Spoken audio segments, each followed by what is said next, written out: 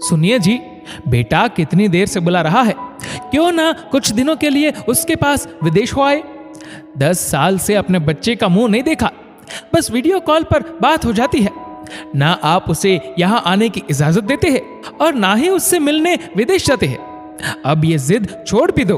क्या कभी पोते पोती को गले लगाने का दिल नहीं करता आपका? आभा जी एक सांस में अपने पति विश्वनाथ जी से बोली, मेरी मर्जी के खिलाफ गैर धर्म की लड़की से शादी करते वक्त तो तुम्हारे लाडले ने एक बार भी नहीं सोचा। विश्वनाथ जी अपने बेटे नील की शादी अपने दोस्त की बेटी शीतल से करना चाहते थे, जुबान भी देकर आए थे, लेकिन बेटा अपनी पसंद की लड़की पूजा से शादी करने का फरमान सुना देता है। पापा, मैं सिर्फ और सिर्फ पूजा से शादी करूंगा। अगर आपने जबरदस्ती की तो एक साथ कई जिंदगियां बर्बाद हो जाएंगी। नील ने कहा, ये गैर धर्म की नौकरी पेशा लड़की और इसकी मां तो भारतीय भी नहीं है। पश्चिमी संस्कृति में पली बड़ी, ये क्या जाने हमारे भारतीय संस्कार रीति रिवाज। हमारा घर कुरुक्षेत्र का मैदान बनकर रह जाएगा और तुम बेटा 2 पार्टों में पीस कर रह जाओगे। विश्वनाथ जी नील से बोले, पूजा के पिता हिंदू धर्म को मानने वाले थे, जबकि उसकी मां ईसाई धर्म को मानने वाली। विश्वनाथ जी के ना चाहते हुए भी नील ने पूजा के साथ कोर्ट मैरिज कर ली। विश्वनाथ जी ने बेटे बहू को घर से निकल जाने का आदेश दे दिया, क्योंकि बेटे ने उनकी जुबान का मान तक नहीं रखा। नील को कंपनी के प्रोजेक्ट के लिए विदेश जाने का अवसर प्राप्त होता है। वह अपनी पत्नी संग नौकरी के लिए विदेश चला जाता है।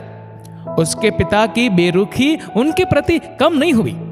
ना चाहते हुए भी बेटे बहू ने विदेश में ही रहने का मन बना लिया, लेकिन अपने माँ पापा को अपने पास बुलाने की जिद और उन्हें माफ करने की बात करते रहे। इस बार वीडियो कॉल पर नील की 8 वर्षीय बेटी रिद्धिमा और 6 वर्षीय बेटे यश ने भी दादा दादी को विदेश आने का अनुरोध किया, तो आभा जी विश्वनाथ जी से बेटे के पास जाने की विनती करने लगी। इस बार विश्वनाथ जी का भी मन भर आया। तभी उनकी बेटी मीरा, जो उसी शहर में रहती है, वह घर आई। बेटी मीरा, हम तुम्हारे भाई के पास विदेश जाने का सोच रहे, कब से पोते पोती को देखने का मन कर रहा है। आभा जी बोली, मम्मी, भैया भाभी मुझे फोन पर हर बार यही कहते हैं, कब आ रही हो यहाँ घूमने, हमसे मिलने। ऐसा करती हूँ मैं भी आप लोगों के साथ चलती हूँ, बड़ा मजा आएगा। अगले महीने की फ्लाइट की टिकट की व्यवस्था नील ने करवा दी। 1 महीना कैसे गुजर गया पता ही नहीं चला। अब सबके आने का समय हो रहा था। पूजा ने सबके रुकने की अच्छी व्यवस्था कर दी थी।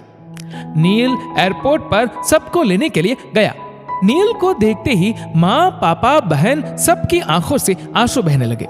कोई एक दूसरे से कुछ कह ही नहीं पा रहा था। सब निशब्द हो गए थे। घर पहुंचते ही पूजा ने आगे बढ़कर उनके पैर छुए। दोनों बच्चों रिद्धिमा और यश ने भी दादा दादी बुआ के पैर छू आशीर्वाद लिया। पूजा ने घर भारतीय परंपरा अनुसार सजाया था। घर में एक सुंदर सा मंदिर भी था। फ्रेश होने के बाद खाने में विश्वनाथ जी का पसंदीदा खाना, आलू गोभी के पराठे, घर का बना मक्खन, ताजा दही और साथ में बड़े से ग्लास में लस्सी थी। मामी, हमने सोचा था कि यहाँ हमें हर रोज पिज्जा बर्गर खाने को मिलेगा, ननद का बेटा बोला।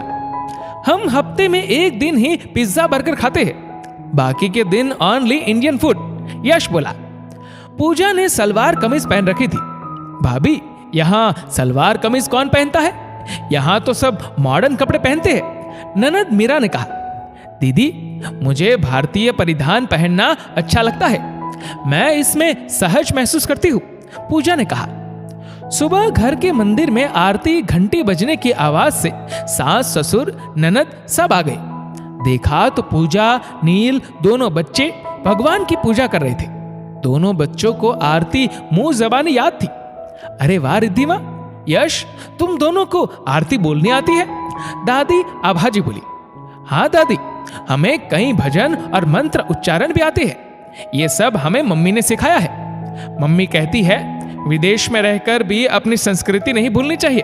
सुबह सुबह पूजा करने से मन शांत रहता है और पढ़ाई भी बहुत अच्छी होती है। रिद्धिमा बोली, हमारे घर में सत्यनारायण भगवान की पूजा भी होती है, तब मम्मी मुझे धोती कुर्ता पहनाती है, यश बोला। फिर पूजा ने सारे घर में अगरबत्ती की खुशबू फैला दी। ये देखकर विश्वनाथ जी और आभा जी का मन प्रसन्न हो गया कि बहू ने विदेश में भी भारतीय मानसिकता के साथ बच्चों की परवरिश की है। आभा जी आंखों ही आंखों में विश्वनाथ जी को देख रही थी, मानो कह रही हो, देखा मेरी बहू को सब आता है। बहू के प्रति विश्वनाथ जी का नजरिया बदल गया। नील और पूजा को देखकर लगता ही नहीं कि वह इतने सालों से विदेश में रह रहे हैं। हंसी खुशी में कब 2 हफ्ते बीत गए पता ही नहीं चला। बेटे बहू ने किसी बात की कमी ना होने दी। खूब घुमाया फिराया, ढेर सारे उपहार खरीदे। सबके वापस जाने का वक्त हुआ तो नील ने पिता से बोला, पापा थोड़े दिन और रुक जाइए ना। नहीं बेटा, हमारा रुकना तो संभव नहीं है, पर तुम लोग चाहो तो अपने देश, अपने घर वापस आ सकते हो। मुझे माफ कर देना बेटा, मेरी जिद के चलते तुम लोगों को अपने परिवार से दूर होना पड़ा। बहू के प्रति मेरी धारणा गलत थी। पूजा के रूप में तुमने सही जीवन साथी का चुनाव किया। अब घर वापस आ जाओ, विश्वनाथ जी ने नम आंखों के साथ कहा। बेटे बहू को तो इसी पल का इंतजार था जब माँ पापा उन्हें माफ करके स्वीकार कर ले। जरूरी कामों को निपटाने के बाद बेटा बहू भी स्वदेश लौट गए। दोस्तों, जीवन में किसी को ठीक से जाने बगैर उसके बारे में गलत धारणा नहीं बनानी चाहिए। इस वीडियो को लेकर आपकी क्या राय है, नीचे कमेंट करके जरूर बताएगा। और अगर आपको वीडियो अच्छा लगा हो तो इस वीडियो को लाइक करेगा, शेयर करेगा ज्यादा से ज्यादा लोगों तक। और ऐसे ही और भी इंस्पिरेशनल वीडियोस के लिए सब्सक्राइब करें हमारे यूट्यूब चैनल को और फेसबुक पर फॉलो करें हमारे पेज को। धन्यवाद।